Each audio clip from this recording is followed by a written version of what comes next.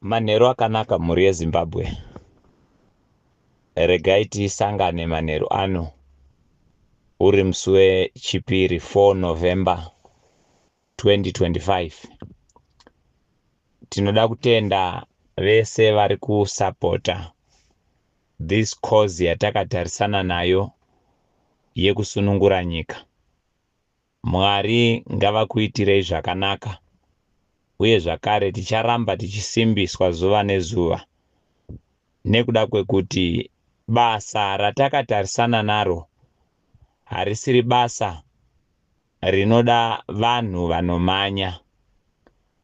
Takambotaura tichitanga kuadhiresa pano kuti chinhu chinonzi manyemwe hachina kwachinoendesa, uye kufarisa hakuna futi zvakunotipa, asi tinofanirwa kuidentifaya matambudziko enyika atakatarisana nawo nemachallenges ari kusangana nevanhu vedu muZimbabwe atakatarisana nawo. Isu Mwari vanotiitira zvakanaka, then tosunungurwa senyika. Kana tichirwa, atirwe tichishandisa hasha, asi tinorwa tichishandisa njere.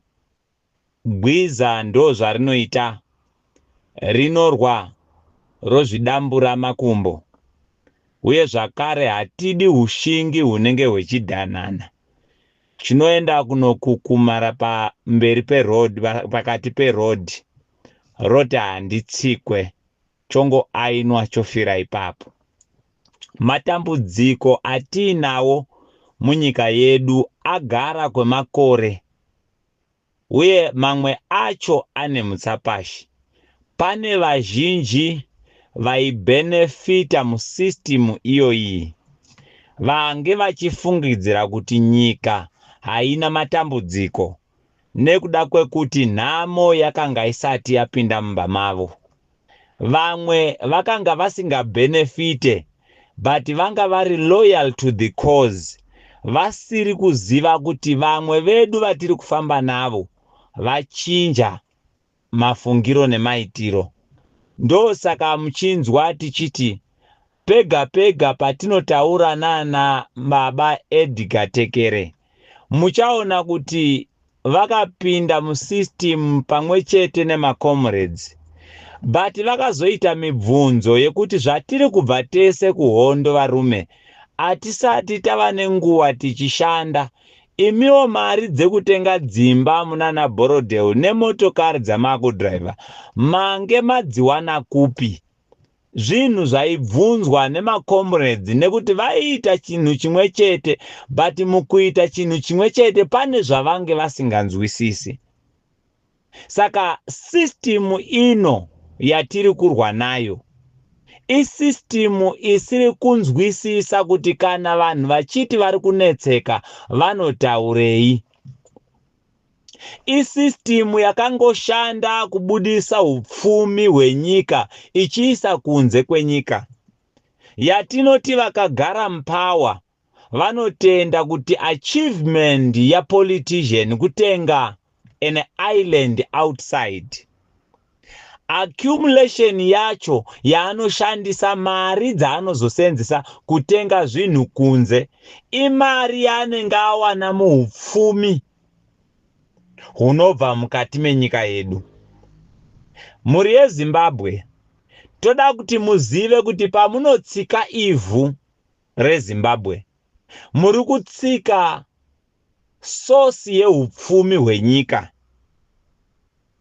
Ndosaka ndaitaura nevamwe ndichivaudza kuti panotaurwa nezveland reform, it's not about owning 20 farms only. Zvinotaura kukontrola upfumi hwenyika. Ndava mining sector yedu ndo yakabata the strength yeupfumi hwenyika. When it comes kuma reasons anoita kuti nyika dzekunze kunyanya dzekumadokero dzide kuti dzite ukama nesu, asiwo zvakare agriculture sector ndo pane musimboti wegutsa ruzhinji. Ndo saka makaona kuti nyaya dzekudistributa land dzaifanirwa kunga dzakashandura upenyu hwevanhu muZimbabwe. Kudai takati one man one farm, kwete minda yekuradzika yekuti tinongonzwa kuti tichienda kuMount Selinda unonzwa kuti vachinotimba vane purazi rirapa. Ini ndinogona kuenda mapurazi awo ese. I know. Ndinoziva kuti munda wamai Mnangagwa uri papi, munda wavachinotimba uri papi. Vese mabrigadia vane minda kusaidi rekunana Mount Selinda uku nevamwe vakuru veZANU-PF, ndinogona kukuudza kuti apa ndepapa. But tiri kuti kudii isusu? Pane zvakanaka zvakaitwa neZANU-PF zvatinofanirwa kurecognize, but because ZANU-PF haisisina the mechanism of pushing accountability nekucheka kuti maprograms avo avari kuita anofanirwa kusimudzira nyika ari kuitwa nemazvo here. Ndava ndo zvimwe zviri kuita kuti nyika ive neupfumi hunodzudza. Nhasi munogona kunzwa kuti kune one comrade nekuda kwokuti anopfeka hembe yemusangano weZANU-PF ina current president anoita 20 farms ari one. Pane vamwe vari kuputsirwa dzimba. Ndava desperesi yavainayo yokuita land yekuti vawane pekugara, a stand, not even a farm. Vakaenda kunosenza kuSouth Africa vakabva nemari ikarohwa nemaland barons ndokupihwa nzvimbo dziri wrong. Government nevanhu are on a loggerhead because mutemo unoshanda kana uchivhiringidza vanhu, kana uchifanirwa kusimudzira transparency yenyika, kana wangoenda pasacred cow because of the political immunity, mutemo hauchashande. Kune vakaputsirwa dzimba dzakawanda, vamwe vakagariswa. I have got a community iri kucomplaina every day kufoni kwangu, vari kunzi budai pamuri papapa because pari kuitika zviri kuitika zvine chekuita nehuori. Vari kufanirwa kutobviswa ipapo kuti papuwe umwe munhu. Saka ndo saka muchinzwa ndichitaura kuti rinenge rava bhasikiti ratizirai. Uku rinorukwa, uku rinodonurwa. System yacho yakadhakwa. Ndava system iyoyo inoti fugura hapwa ndikunhuhwidze, asi ndikakushambadza unobva wati nawe fugura rako. Makomredzi vari muZANU-PF, chokwadi chatinoda kukuudzai ndechekuti haisisiri nguva yekuti fugura hapwa ndinhuhwidze nekuti rako rinonhuhwawo, because pakudaro you are sidelining yourself kuti you are not ready to build the nation. Isu patiri pano atisiri kurwira nyaya yepower. Ndiri kudzokorora mashoko angu. Mashoko angu ndeyekuti whoever anotaura zvinhu zvinoresonata nevanhu, enough is enough. Vanhu vedu vararama zvinorwadza for a good length of time yekuti vakufanirwa kunzwirwa tsitsi. Isu we are people centered, we are not benefit centered. Takazvitaura tikati muri kufungidzira kuti you are uplifting the spirit yekuvaka musangano, but wese ari kuti pamberi neZANU-PF nhasi is loyal to the gains dzaari kuwana. mukaona mukamisa magains mobvisa vanhu mumaprivileges avari, ndope muchazotanga kuona kuti vanhu vari kurarama zvinorwadza nekuda kwokuti vese vamuinavo muparliament nevese vamuinavo musenate nevamwe vese vakabata maministries, they are not even loyal to the good cause of the country. All of those people, they are loyal to the gains dzavainadzo. Nasi 2030 iri kuimbwa muparliament inyaya yema 40,000 amakati mahousing allowance, mahousing loans amakavapa nemari dzamunovapa every time muchivabribe. But tiri kuti rukuvhute rwevese vari kutonga Zimbabwe ruri muZimbabwe. Now spirit yasimuka haisiri spirit yemanyawi, ispirit yerusununguko. And rusununguko irworwo rwuri kuuya. Tiri kuona maside shows ari kutengwa, vakomana vari kungotaura, vamwe vari kutivhundutsira, vamwe vari kuita character assassination story yakazotengwa. Ini handitengwe. Chendoda kukutaurirai ndechekuti I'm not loyal to the gains. Chandiri loyal kwachiri ndechekuti mwana ndakazvara izvezvi, the last born yangu ari kusanganisa 5 years, achararama sei in the next 30 years. Time idzodzo patinenge tichiti shumba murambwi, kana Mwari vasingadi vanogona kunga vasisiko shumba murambwi. Ini ndiri kutosenda message chero kuna vamunangagwa vacho kuti there is a correction which needs to be done. The system yenyika yasideline vanhu. Magadzira varakashi vanoramba kuti chemba yemu matoilets ekumasvingo haigone kuflashika, vanhu vari kungoita zvavanoda ikoko. Kana makuenda parirenyatwa vari kutora madhenda vanofukidza vanhu vonoisa mumastorehouse vonyepera kugadzira pamuchafamba imimi. Hatigone kuita nyika inorana nespirit of hypocrisy yakafanana neiyoyi. Isu tiri kuti hatisiri kuda zvese izvozvo. Kana zvaramba system yacho yeZANU-PF yese ngaibve. Takamirira vanhu vanonetseka. Patinenge tichitaura kuti vanhu vedu vari kurarama upenyu hunorwadza. Ministry dzenyu dzamagadzira idzi dzakufamba nemaparallel ministries kuti kwakunzi teachers for ED ndo inotambira mari, yozonzi chairman wacho ndiye anonzi awana mari inobva kugovernment kuti igone kuzogovera mateachers.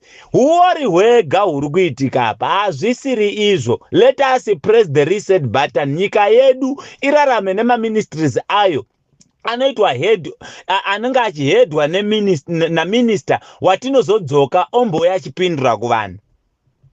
Kwete zvenyu zvekuchengeta power.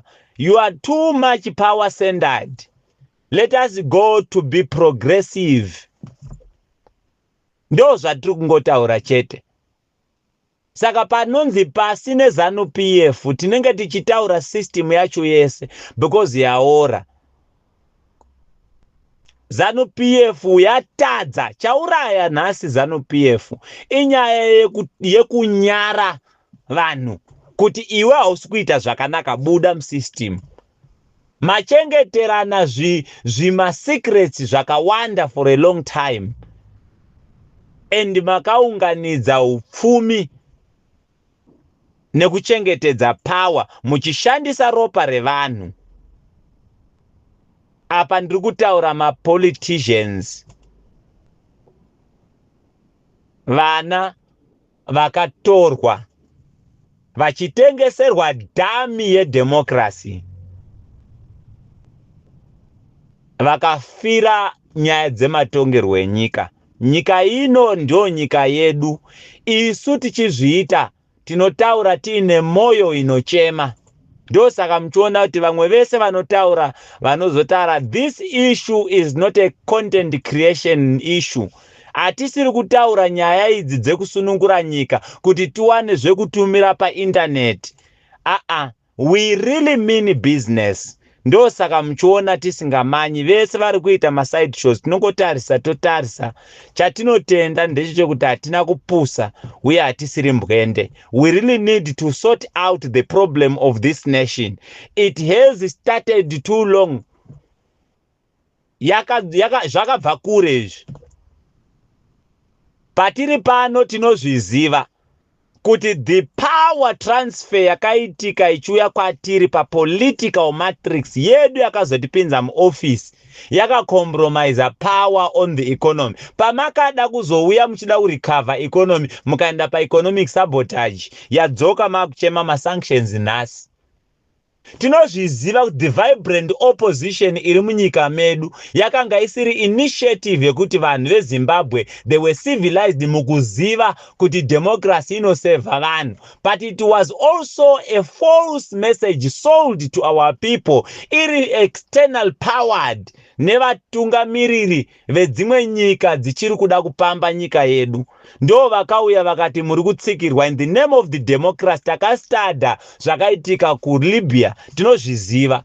Saka hatisiri mbwende uye hazvitauri kuti hatifunge, tinozviziva kuti the power and the vibrance of our opposition yakasimuka 1999 yakanga iri too much infiltrated by the colonial power yakanga ichida kuoperate to reinstate capitalism and imperialism in our country. Tozviziva izvozvo, tinozviziva. Ndo saka yakauya ine donzo regime change agenda. Ndo patiri kutaura kuti isusu we are progressive oriented political actors. Vari kutaura kuti nyaya yedu is not only on the regime change. Nyaya yedu ndeye progress. Isu tiri kuda hurumende inoshanda, kana matadza kuda itopinda isusu totanga kushanda nyika ichienda kumberi. Saka nyaya dzekuti hatina kwatinogona kuenda nekuda kwokuti zvazodai, anoti pasi necorruption ndiye ari kubata vanhu, ari kuti pasi nevanoita zvekuba. Ndakanetsana neZANU PF, vakomana vari kutaura kuti tisiyana nemaphilanthropic businessmen vedu. Aiwa, varume chimbosiyai zvakadaro. Regai tiite argument. Isu hatina businessmen anongooneka bedzi pakugadzira road. Aiwa, tinoda kuarguisha because tara yavari kutenga vari kuitenga kupi? Imari iri kubudiswa neMinistry of Finance pamaterial iri kuvaka nyika. Hatigoni kuita maprojects anoita 10 times the budget inofanirwa kushanda nekuda kwecorruption. Tongoona chete pakudeliver. We need to hold this government accountable. Kutangira pa accumulation model yacho. Ndo saka ndine argument yekuti why every time the income yatinofunga kuti ndo iri kupinza mari ministry medu iri ngoshanda paku exporta chete. Tiri kuramba zviri kuda kuitwa neimperialism agenda of setting Africa kuti ive the marketplace yema finished products. Isu tiri suppliers yema raw materials acho ari kugadzirwa zvatisingakwanise kutenga. Hurumende yedu yosupporta imperialism. Hurumende yedu yakushandisa madoji deals kubudisa upfumi hwenyika. This is our strength and we are going to fight tooth and nail. Saka vakomana vese vari kutaura kuti Sithole wazodai, siyanai neni, ini ndiri kuzviziva zvatiri kuita. Vanoda kufamba nesu, fambai nesu. Vasingadi kufamba nesu, siyanaiwo nesu. Tese tiri kurwira upfumi hwenyika. Isu tine vanhu pamoyo. Patinotaura nemanesi edu, tichiona nhamo dzavainadzo. Ticha anosunga bhande rine line ekupera. Tiri munhamo tinoiziva nhamo yacho. Anosunga tai kungonzi ndisunge tai, bhutsu yaari kupfeka yakatsveyama. Tikakutaurira kuti iwe unoita chine $250 yaunowana iwewe pachako uri munhu anosenza mukitchen paSouth Africa apa anopuwa more than $250. Speak of the people vanoita mamaids kunana Sandton, anowana $15,000 rands. Ticha wangu anodzidzisa mwana wangu achasara nenyika yangu anopuwa $255,000. Anoitei? Mari inohorwa nesecurity guard. And you want us to keep quiet and you think we have to come and find opportunities nema-GD6. We are so angry over this matter. Varume siyanai nezvamuri kuita. Don't provoke us. Takatotsamwa kudhara. But kutsamwa kwedu hatigoni kuti tirase kushandisa njere. Isu vamwe hatishandisi ma-emotions. Kana muchifunga kuti we are here for making content creation yekuti tiwane mbiri tichaiita.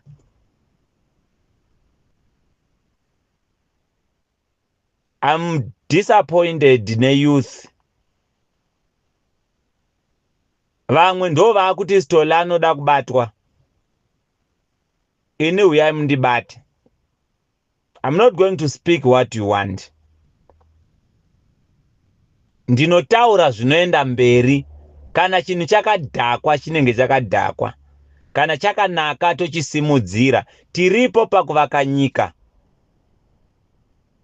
And we are not going to be intimidated. Takapinda mupolitics dzino tichitozviziva kuti this is a dangerous game.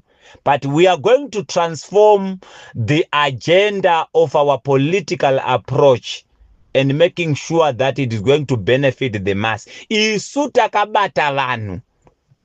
And vanhu vedu tinoti ngati kureitese.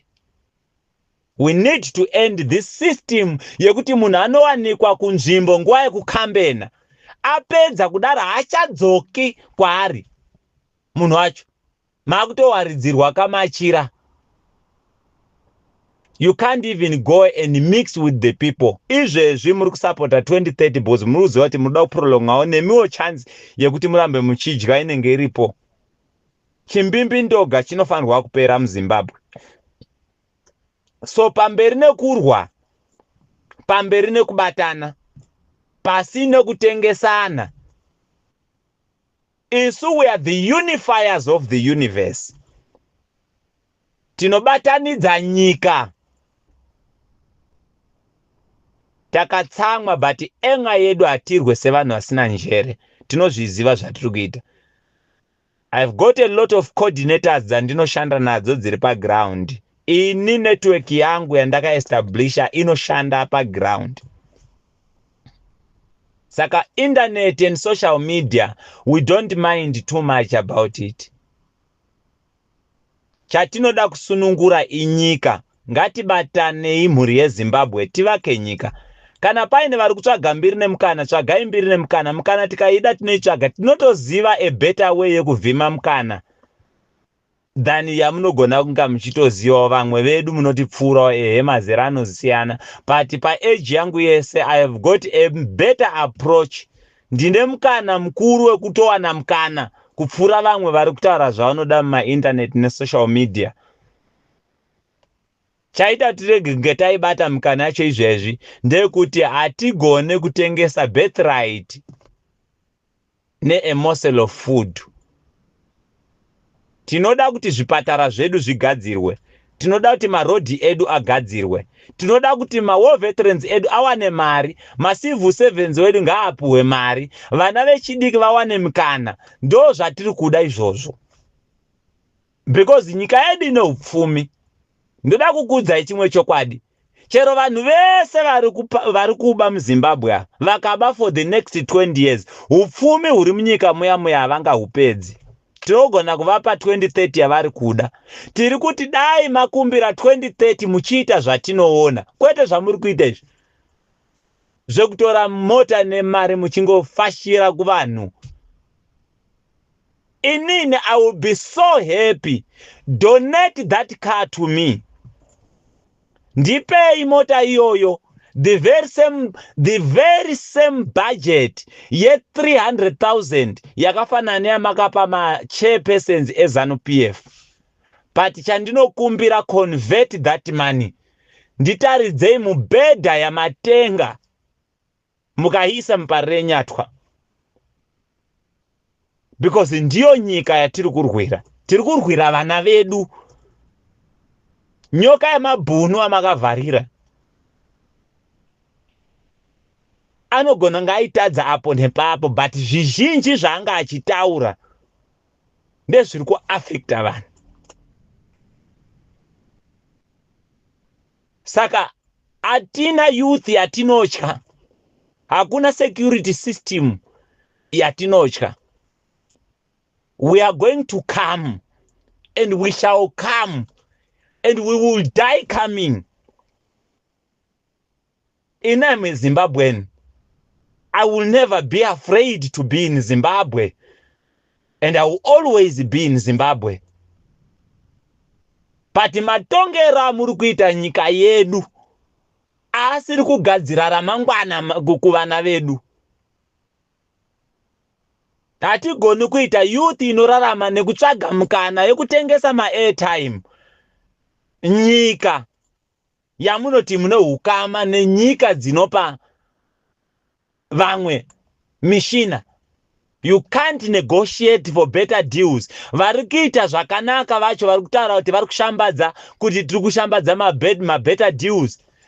Vanhu vari kungourayana every day. Nyika iri kunhuhwa ropa. Ini ndiri mwana wekwasitole. And I am still going to say I am not operating in hiding. I shall engage youth. Handina wandinosadlaina, whether is ZANU-PF or whosoever, I am going to advocate for what is good. Mwari vakuitire zvakanaka.